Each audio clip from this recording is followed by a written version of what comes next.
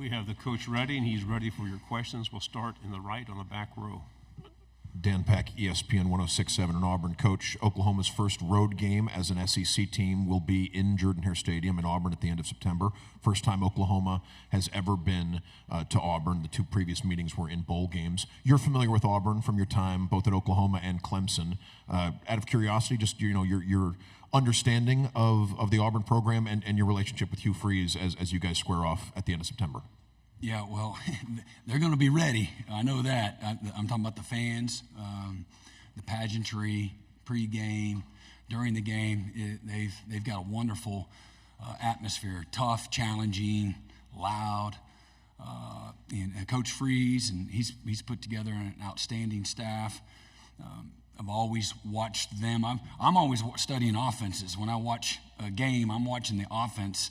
Most of the time, I don't watch the defense. I'm just always looking for good plays that I know are coming if we haven't seen it already. And Hugh's always been on the front end of the cutting edge of the next new great thing offensively and putting you in conflict on defense. So I've got tremendous respect for he and his staff and what he's been able to accomplish in his career.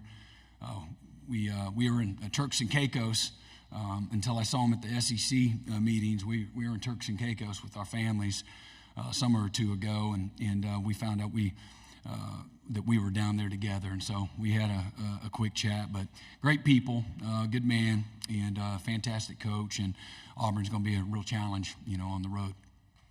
Jacques, and then pass it up to the front row when you're done. Hey, Coach, right in front of Jacques Doucet, WAPTV in Baton Rouge. A similar question. I think LSU and Oklahoma have only played 3 times in their history, and I know from LSU's perspective, the fans are excited about the Oklahoma Sooners coming to Tiger Stadium.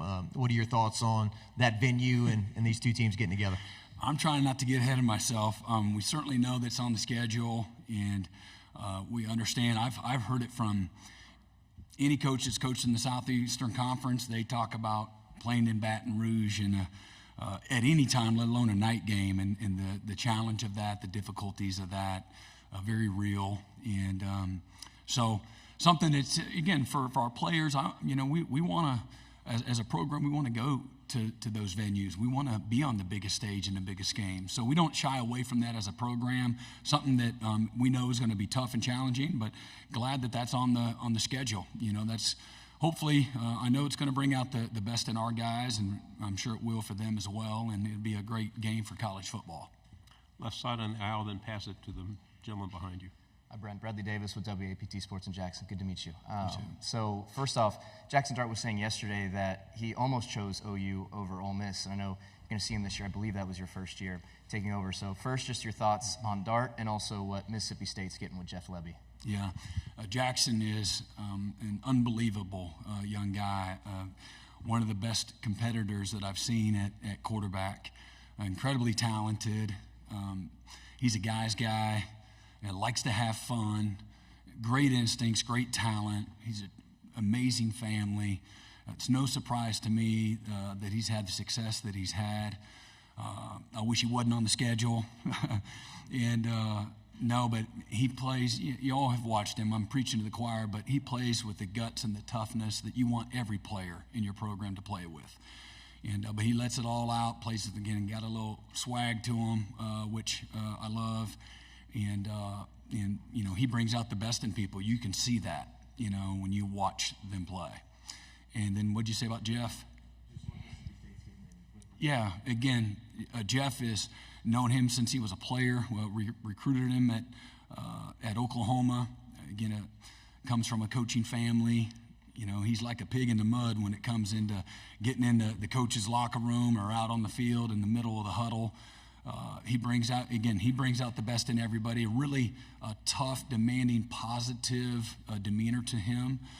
He speaks life and vision and can-do into the players.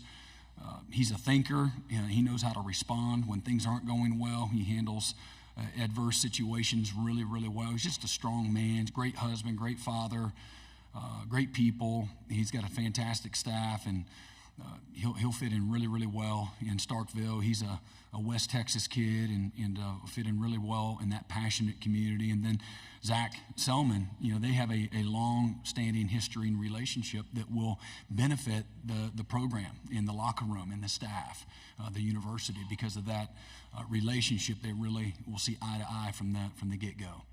Right side on the aisle, then please pass it forward. Go ahead. Jordan Kay with the State Newspaper. Coach, you've got a 8-game winning streak against South Carolina.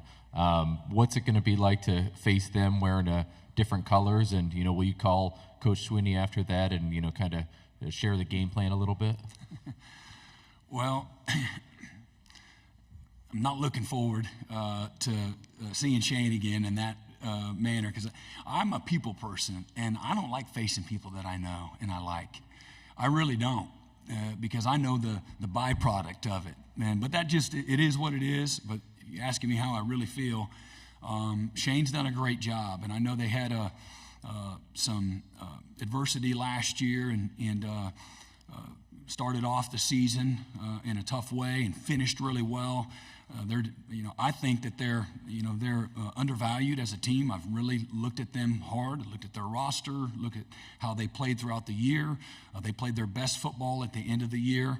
Even when they came up short, I spoke earlier about being a one-possession league, and they were on the wrong side of that a couple of times. But everybody they played, maybe exception of one person, I can't recall, but maybe it was Georgia. I think that was in Athens.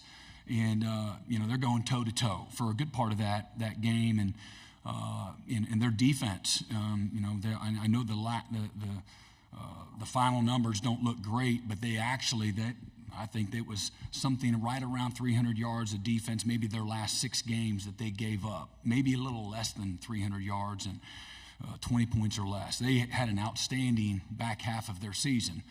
And then they got everybody back. They've done a really good job and have a lot of guys back. They've recruited well in the transfer portal, and they had a lot of young guys up front on offensive line, and that'll only be better. You're going to get baptized anywhere in college football, let alone the SEC, if you're a freshman playing on starting on an offensive line, and one of the hardest positions to play as a freshman. But he's got a great staff. What I've always appreciated about South Carolina, it doesn't matter how the team's doing. They're going to show up early and they're going to stay late. They're passionate.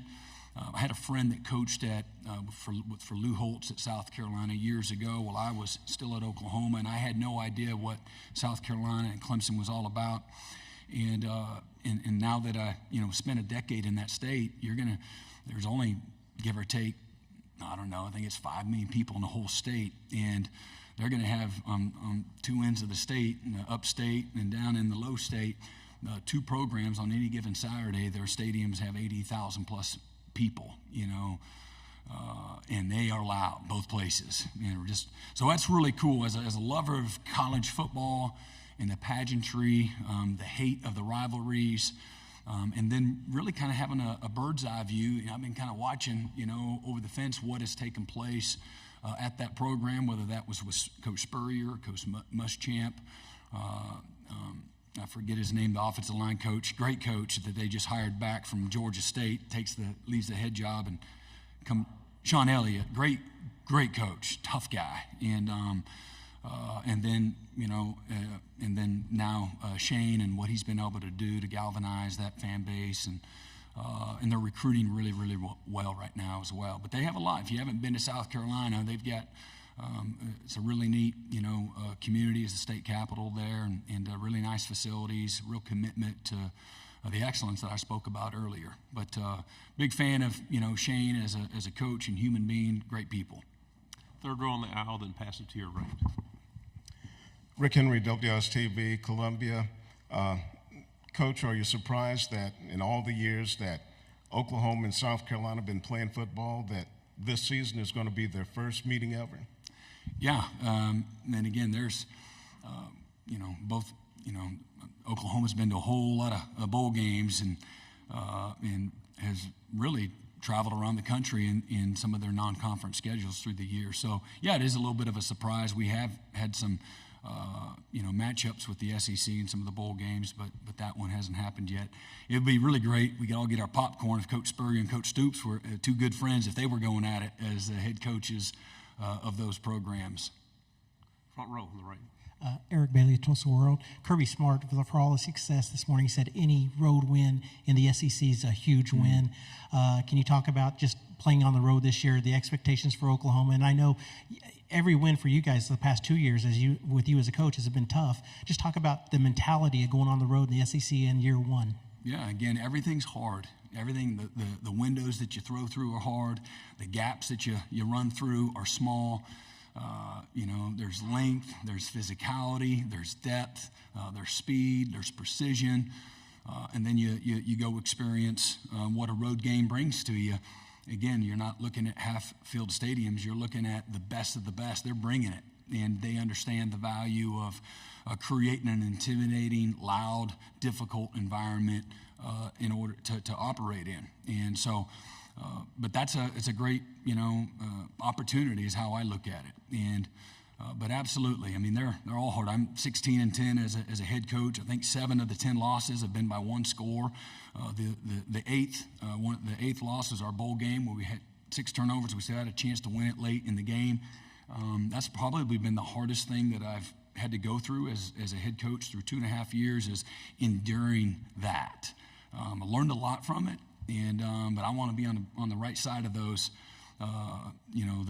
one-score games. But that's what we've talked to our team and talked to the staff about all the efficiencies. It's certainly there's a physicality component, there's a depth component, but there's also the efficiency component. So whether that's taking care of the football, I think we're 13-2 when we've won the turnover margin since I've been at Oklahoma, and we're 3-8 when we've tied or have been on the negative side of the turnover margin. And so everything's going to matter. So we're going to have to take care of the ball and be great in all the situationals, 3rd down, 4th down, 2-minute, 4-minute, red zone, offense, defense, can't give up, touchdowns on defense, got to score touchdowns on offense, all those things. What is it going to take to win those one-possession games, to win on the road in hostile environments? And so it's going to take all 3 phases, clicking the right way, and then you got to hang in there and find a way to win when it counts. 3rd row, left side, then pass it to your right. Jay Smith, Locked On Sooners. Coach, you are considered one of the best defensive minds in college football. And in your tenure in Oklahoma and Clemson, you've put together some elite defenses. Now you're in your 3rd year here at Oklahoma, and you've got a lot of the defensive guys you really want for your system. How do you feel they measure up to some of those older Oklahoma defenses you had? Yeah, I don't ever like comparing, because every one of them's different, and I do know what you're asking, and we'll see. We have a lot of experience returning. What does that mean? Because there are some areas that we weren't great in.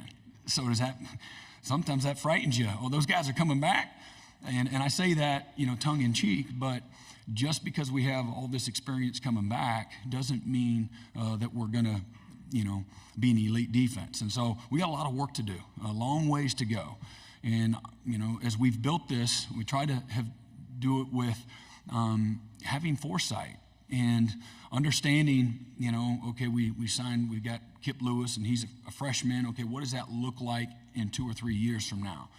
And as we've developed our roster, we had we lost within the first 15 months that I got to Oklahoma, we lost 75 scholarship players. 40 of them were on defense within the first little over a year. And, we weren't, as I look back at it, we weren't, after Coach Riley left, we weren't able to, our roster was not prepared for the exodus, if you will. And, again, I think that kind of goes without saying, but we had a lot of work to do in developing, again, the competitive depth.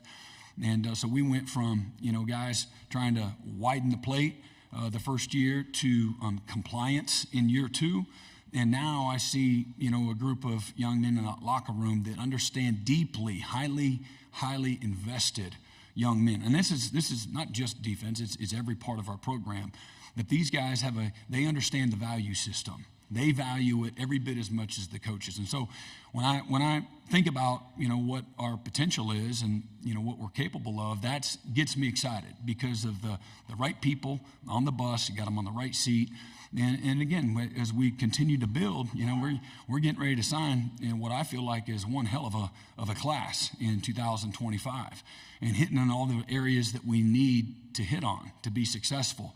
You're going to constantly lose guys year in and year out, but you're trying to create something that has sustainability, longevity, stability, and continuity. And so to me, it comes down to not just the people, but creating an environment where they want to stay, they want to develop, they want to put the work in. They understand that, whoever they are as a 17-year-old,